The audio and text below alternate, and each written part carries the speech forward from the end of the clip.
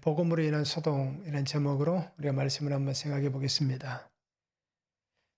바울은 마게도냐와 아가야를 거치고 그래서 예루살렘에 가기를 원합니다. 그리고는 마지막에 로마로 가려는 계획을 세우고 있습니다. 근데 생각해 보면 데메드리오는 바울이 사람의 손으로 만든 것이 아니다라고 얘기하며 우리가 하고 있는 이 생업에 큰 타격을 입었다. 우리뿐 아니라 큰 여신 아데미의 신전도 무시당했다라고 자신들의 그 같은 이 업을 하는 사람들에게 어떻습니까? 그렇게 선동을 합니다. 그래서 에베소에 큰 소동이 일어났다라고 오늘 성경 말씀합니다. 자, 복음으로 인한 소동 첫 번째는 복음을 위한 적용의 시간을 보내야 합니다. 21절에서 22절입니다. 이 일이 있은 후에 바울이 마게도냐와 아가야를 거쳐 예루살렘에 가기로 작정하여 이르되 내가 거기 갔다가 후에 로마도 보아야 하리라. 자기를 돕는 사람 중에서 디모데와 에라스도 두 사람을 마게도냐로 보내고 자기는 아시아에 얼마 동안 더 있으니라 말씀합니다. 자, 바울은 앞으로의 자신의 계획을 세웁니다. 이것이 우리가 알듯이 어떤 여행을 가기 위한 계획을 세우는 것이 아니라 복음을 위한 적용으로 그렇게 계획을 세웁니다. 그래서 내가 어떻게 이 복음을 더 잘 전할 수 있을까? 그리고 정말 내가 하나님의 말씀에 의지해서 땅끝까지 그죠? 그렇게 가서 복음을 전할 수 있을까? 그래서 우리가 알듯이 이때 당시에 땅끝은 어디입니까? 스페인이었습니다. 그래서 내가 땅끝까지 복음을 전할 수 있을까라는 그 고민을 하고 있었던 것 같습니다. 그래서 그가 이런 로마까지 가야겠다라는 계획을 세웁니다. 그런데 이 계획을 언제 세웁니까? 21절에 보면 이 일이 있은 후에라고 얘기합니다. 그래서 앞에 20절까지 어떤 일이 있었습니까? 에베소에서. 복음을 에베소에서 바울이 전하잖아요. 자, 그래서 그 복음을 들은 많은 사람들이 있습니다. 그런데 그 중에서 어떤 사람이 있습니까? 마술을 행하던 많은 사람이라고 얘기합니다. 그래서 마술사들이 복음을 듣고 회심을 하게 됩니다. 그래서 에베소의 마술사들이 자신들이 가지고 있던 마술책들 아니면 자기가 소장하고 있던 어떤 책들을 다 가지고 나서 불을 태웁니다. 그런데 그 금액이 얼마나 든다고 얘기합니까? 은 5만이나 되었다라고 얘기합니다. 그러니까 이 상상할 수 없는 금액, 그죠? 이 엄청난 분량의 책들을 에베소에서 길거리에서 태웠겠죠. 사람들이 보는 앞에 자기들이 책을 다 가지고 나와서 그렇게 불을 태웁니다. 그래서 이 복음이 에베소에서 얼마나 큰 역사가 일어났는지 그 증거를 보여줍니다. 그래서 바울은 이 일이 있은 후에 라고 얘기하는 겁니다. 그리고 이미 우리가 알듯이 바울은 에베소에서 어떤 일이 있었습니까? 하나님께서 그에게 능력을 주셨기 때문에 하나님의 능력 안에 복음을 전하다 보니까 바울을 통하여서 병 고치는 역사도 일어나고 귀신도 떠나갔다라고 얘기합니다. 그런데 어떤 일이 있었느냐? 오늘 이 19장에 분명히 얘기합니다. 바울의 몸에서 손수건이나 또는 앞치마를 가져다가 그죠? 바울이 걸치고 있던 이 앞치마, 손수건 이런 것들을 가져다가 병든 사람에게 얹으면 저 병이 나았다라고 얘기하는 거예요. 또 귀신 들린 사람에게 얹으면 악귀도 나갔다라고 그렇게 말씀을 하고 있습니다. 그러기에 바울은 이 에베소에서 있는 이 시간 동안 정말 하나님께서 내게 원하시는 것이 무엇인가? 우리가 알듯이 두란노 서원이라고 얘기하잖아요. 에베소에 있는. 그곳에서 말씀을 전하면서 그렇게 그죠? 그런 일들을 행하고 있는 겁니다. 그래서 이 바울은 적용을 하는데 어떤 적용을 합니까? 내가 마게도냐로 가야겠다.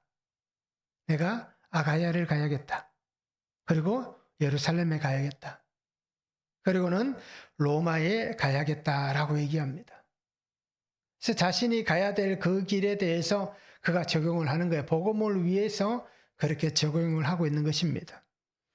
사도행전 23장 11절에 보면 그날 밤에 주께서 바울 곁에 서서 이르시되 담대하라 내가 예루살렘에서 나의 일을 증언한 것 같이 로마에서도 정언하여야 하리라 라고 말씀합니다. 그래서 바울은 하나님께서 자신에게 주셨던 이 마음이 그냥 내가 하나님 앞에 이렇게 살겠습니다 라고 서운하여서 행했던 그 마음보다는 예수님께서 나에게 주신 마음이다 라고 고백하는 거예요. 예루살렘에서 나를 위해서 그렇게 정언했던 것 같이 내가 로마에서도 그 정언자가 될 것이다 라고 얘기하고 있습니다. 그런데 우리가 알듯이 바울은 어떻습니까? 로마로 갈 때에 여행하며 간 것이 아닙니다. 죄수의 신분이 되어서 로마로 잡혀가는 거예요. 자기가 충분히 어떻습니까? 무죄로 판명되고 나올 수 있는 상황이었습니다. 그런데 로마 시민이라는 어떤 특권을 가지고 자신의 이러한 문제들, 이 사건들, 그리고 자신을 고소하는 문제들, 이 모든 것들을 통틀어 가지고 가이사에게 청혼을 하잖아요. 내가 가이사에게 가서 판결을 받겠다. 그렇게 서원을 합니다. 결국 그 일이 아니면 충분히 놓일 수 있는 사건이었음에도 불구하고 바울은 그렇게 자기가 로마로 가기를 원한 거예요. 자, 이렇듯 어떻게 보면 하나님께서 이끄시는 그 은혜 안에 세워진 사람입니다. 사람들은 어떤 일을 계획하고 준비할 때 대부분 많은 사람들이 자신의 생각이나 또 자신의 어떤 지식이나 자신의 삶의 어떤 경험들 이런 것을 가지고 앞으로의 계획도 세우고 방법도 모색합니다. 이것은 그리스도인들도 다 그렇게 하는 것 같아요.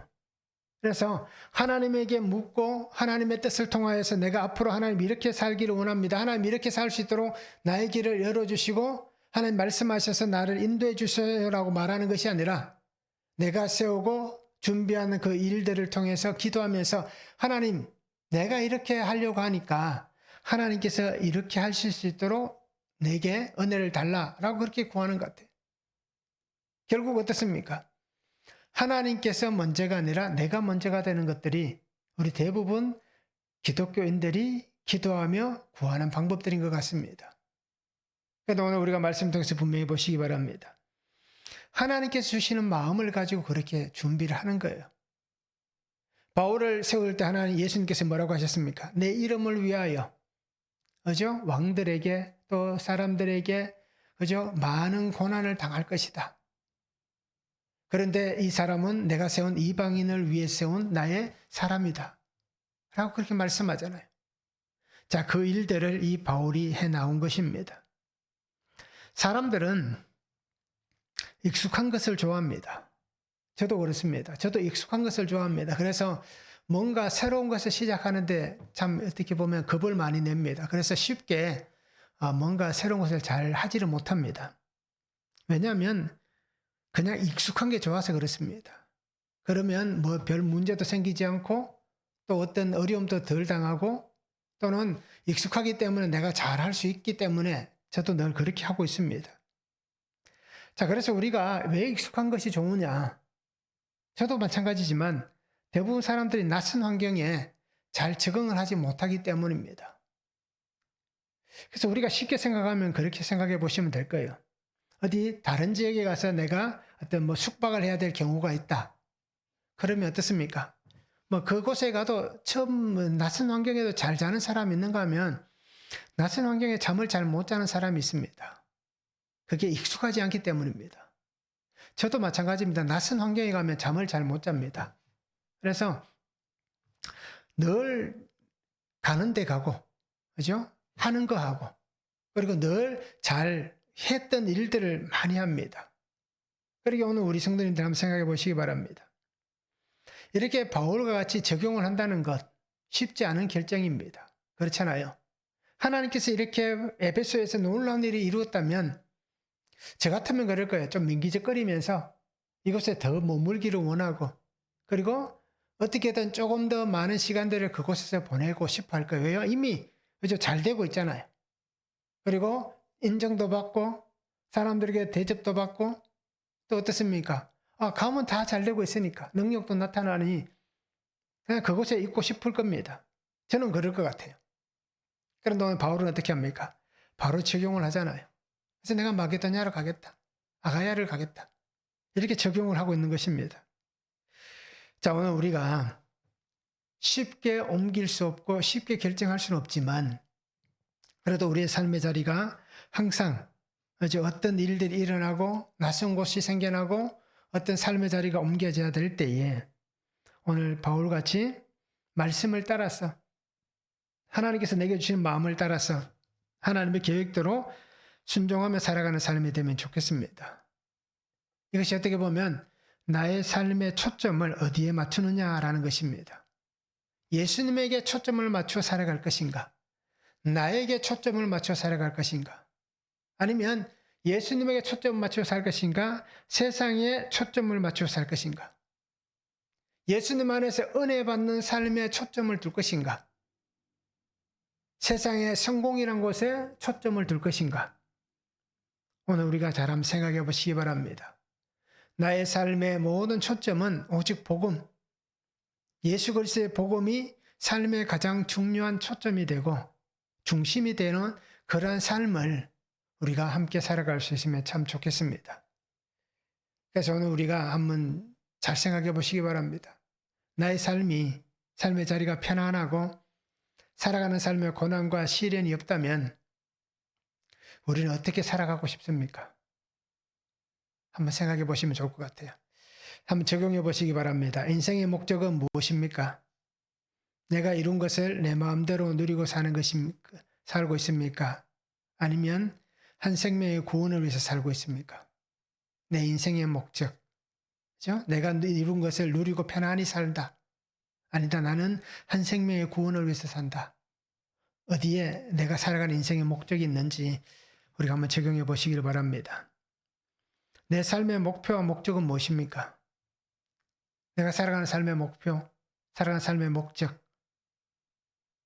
나는 그것을 어떻게 결정합니까? 내가 결정합니까? 아니면 오늘 바울같이 성령의 인도하심을 따라서 결정하고 있습니까? 한번 적용해 보시면 좋겠습니다.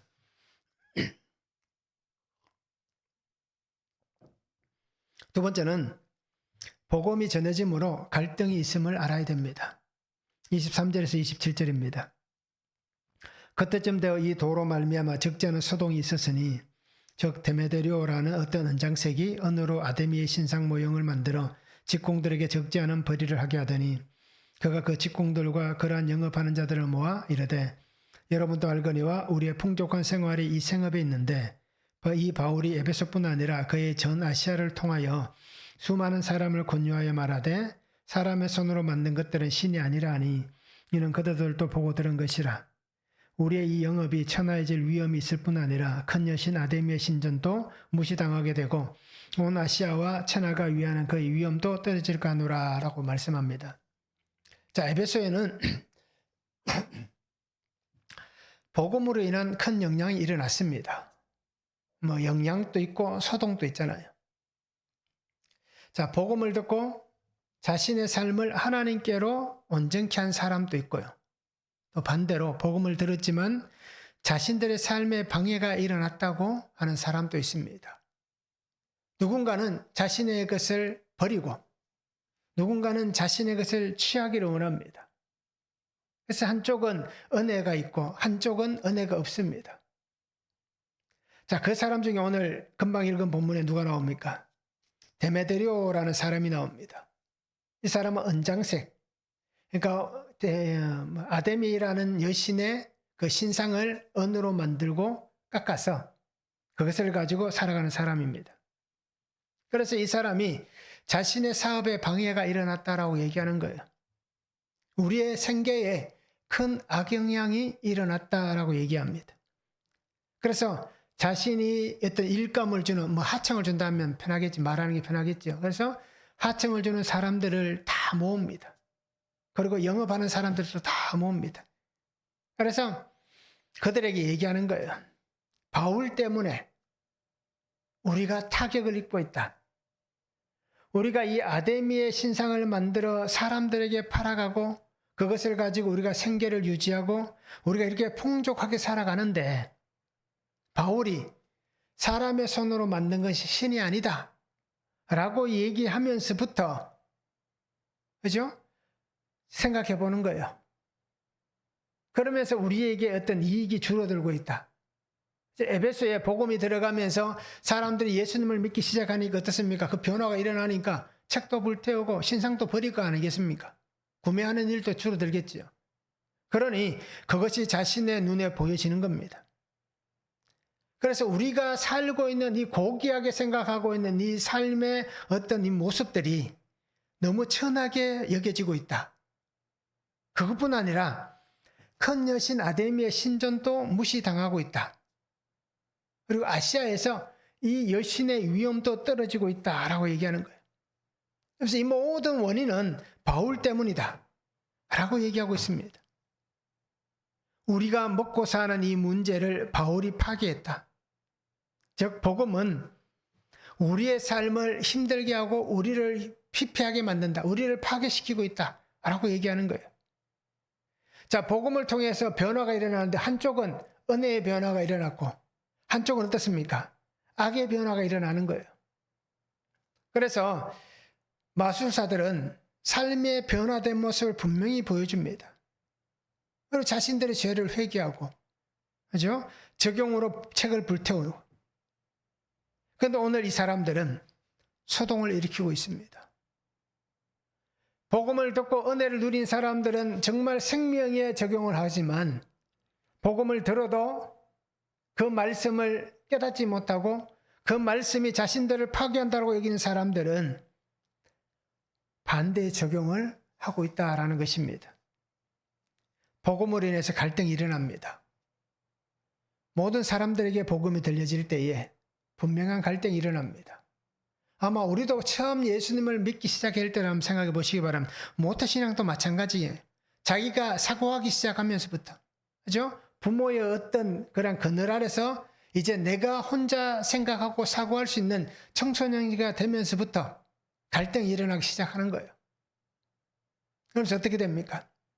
그 갈등에서 은혜를 얻는 사람이 있는가 하면 그 갈등에서 악으로 흘러가는 사람이 있다는 겁니다. 그렇기 때문에 오늘 우리가 분명히 잘 보시기를 바랍니다. 내 삶을 위해서 복음의 은혜를 인정하는 사람이 있고 내 삶을 위해서 그것을 인정하지 않는 사람이 있는 것입니다. 인정하고 받아들인 사람이 있고 인정하지 않고 받아들이지 않는 사람이 있습니다. 이것이 바로 복음으로 인한 갈등이 생겨나는 겁니다. 오늘 우리에게는 이런 갈등이 없습니까? 예수님 때문에 갈등을 경험하고 있지 않습니까? 어떤 갈등이 나의 내면에, 나의 삶에 있습니까? 내가 어떻게 따라가는 어떤 사상들, 가치관들, 어떤 학문적인 철학들, 또 아니면 내가 얻고 누리고 있는 생계들, 그죠? 이 모든 것들 속에서 우리가 아마 갈등하고 있을 겁니다. 그래서 그리스도인들이 가장 많이 갈등하는 것 중에 한 가지가 뭡니까? 주일에 대한 문제입니다. 또 헌금에 대한 문제입니다. 아마 이것이 가장 큰 갈등의 요소일 거예요. 그리고 그 외에도 많잖아요. 자, 그렇듯 오늘 우리가 말씀 안에서 내가 변화되어도 우리 안에 있는 이 갈등으로 인해서 우리가 스스로가 시험에 떨어지기도 하고 스스로가 문제를 일으키기도 합니다. 그리고 오늘 우리 성도님들이 우리 안에 있는 갈등이 왜 일어나느냐?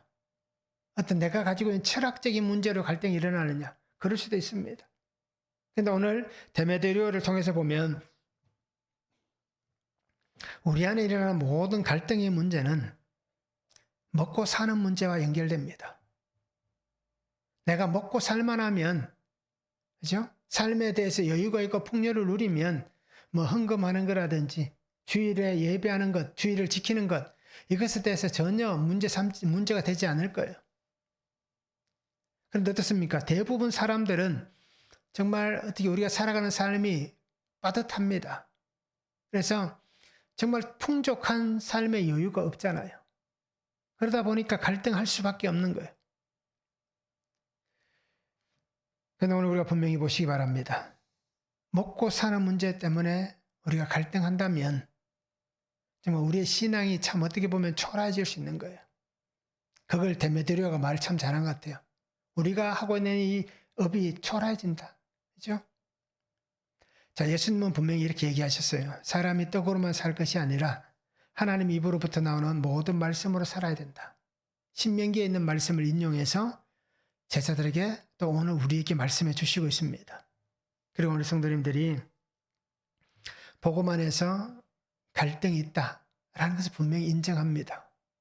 그런데 그 갈등을 이겨내야 되는 거예요.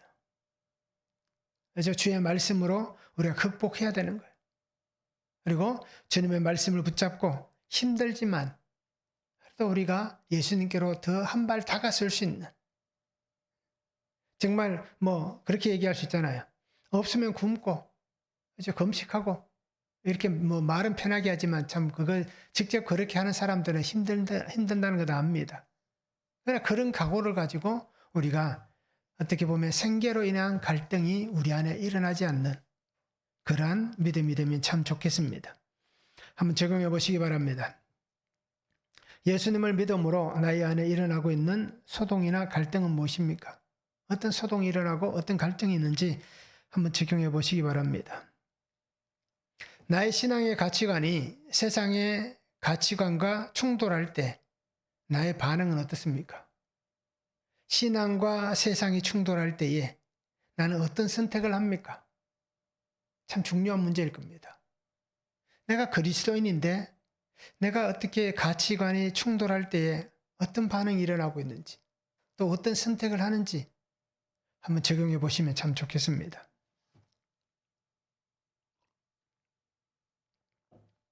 세 번째는 복음을 대적하는 자들의 소동이 일어납니다.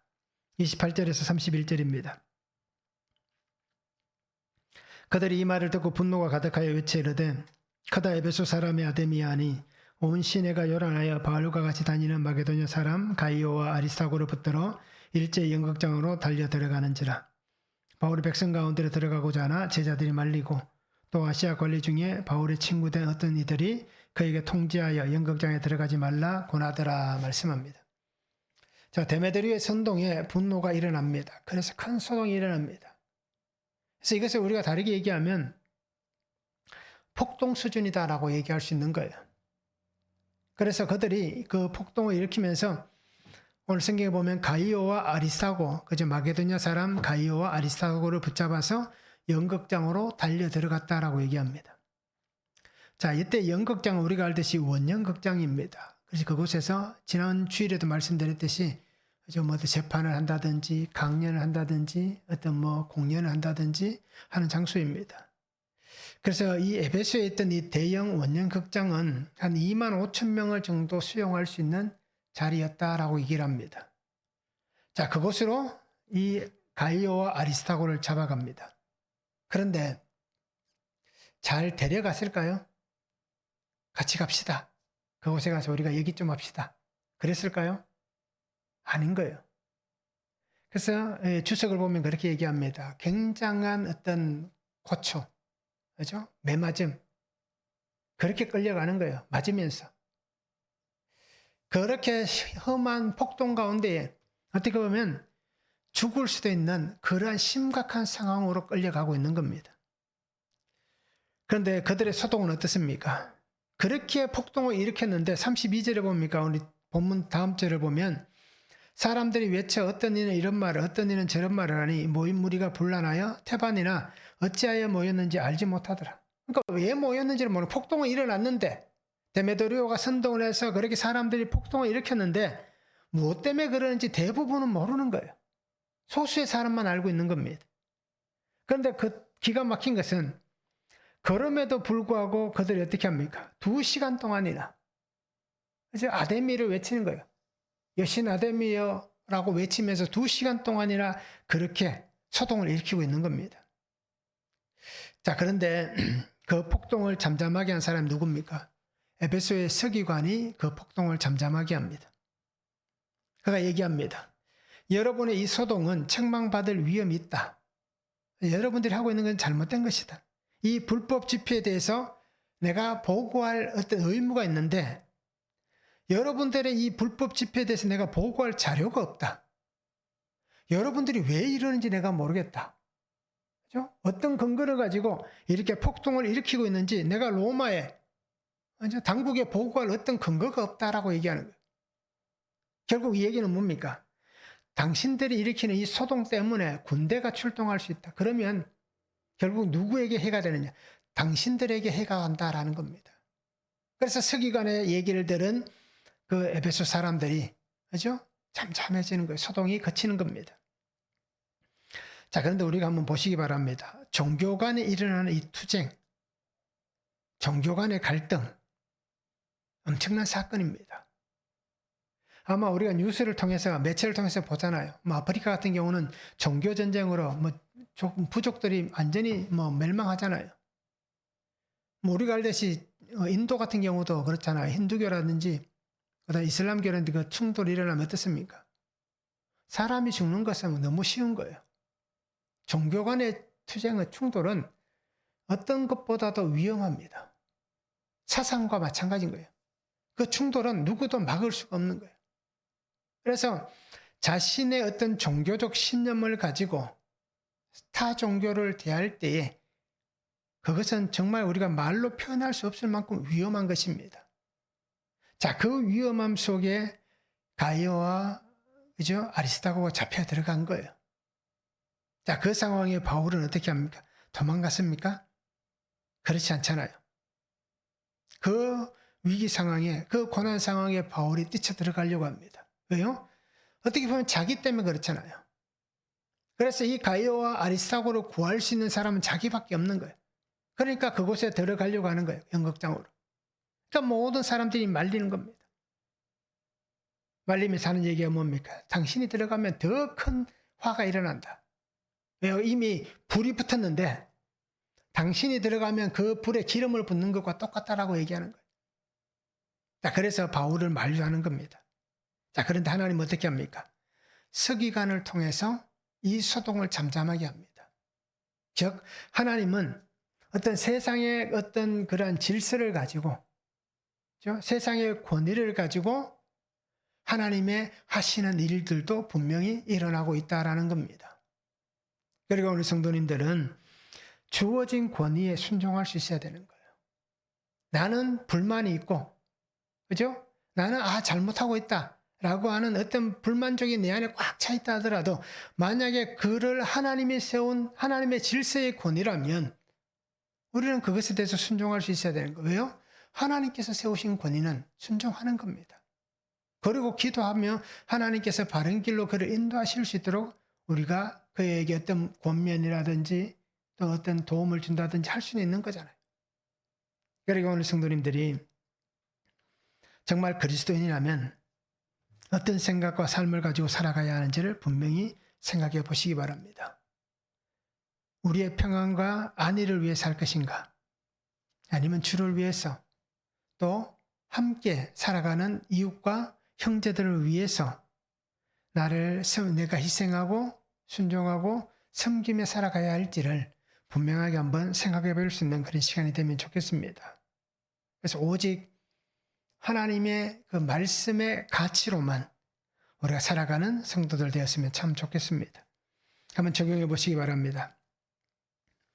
예수님 때문에 겪고 있는 사회적 갈등, 사회적 소동은 무엇입니까? 이제 앞에서는 나의 안에 믿음으로 인한 갈등이 있었잖아요. 자, 그와 조금 더 넓게 보아서 우리가 예수님을 믿는 그 믿음 안에서 살아가는 이 사회 속에서 겪고 있는 갈등들, 그 소동은 무엇인지 한번 적용해 보시기 바랍니다. 나는 어떤 사건이나 일이 생길 때에 나를 먼저 생각합니까? 아니면 믿음의 형제, 성도들을 먼저 생각합니까? 다르게 얘기하면 나를 먼저 생각하는지 타인을 먼저 생각하는지 우리가 한번 적용해 보시면 좋겠습니다. 성령의 인도하심을 따라 살아가는 삶이 되면 참 좋을 것 같아요. 그래서 날마다 우리가 말씀을 묵상하면서 매일 주시는 그 큐티 말씀 속에서 구속사의 말씀을 듣고 또 구속사의 말씀으로 나의 삶을 적용하고 그렇게 우리가 살아가면서 성령의 인도하심을 따라 사는 삶이 되면 참 좋겠습니다. 그래서 우리가 말씀을 읽고 말씀을 보아야 우리가 말씀의 가치로 살아갑니다. 그래야 말씀이 있어야 내가 세상의 가치가 아니라 말씀의 가치로 살아갈 수 있는 겁니다. 그러니까 우리 성도님들이 그렇게 말씀의 가치로 살아가시기 바랍니다. 그래서 복음 안에서 신실한 삶을 살아가고 오늘 우리에게 맡기신 한 생명의 구원을 위해서 그 정인된 삶을 살아갈 수 있기를 주님의 이름으로 축복합니다. 찬양합니다.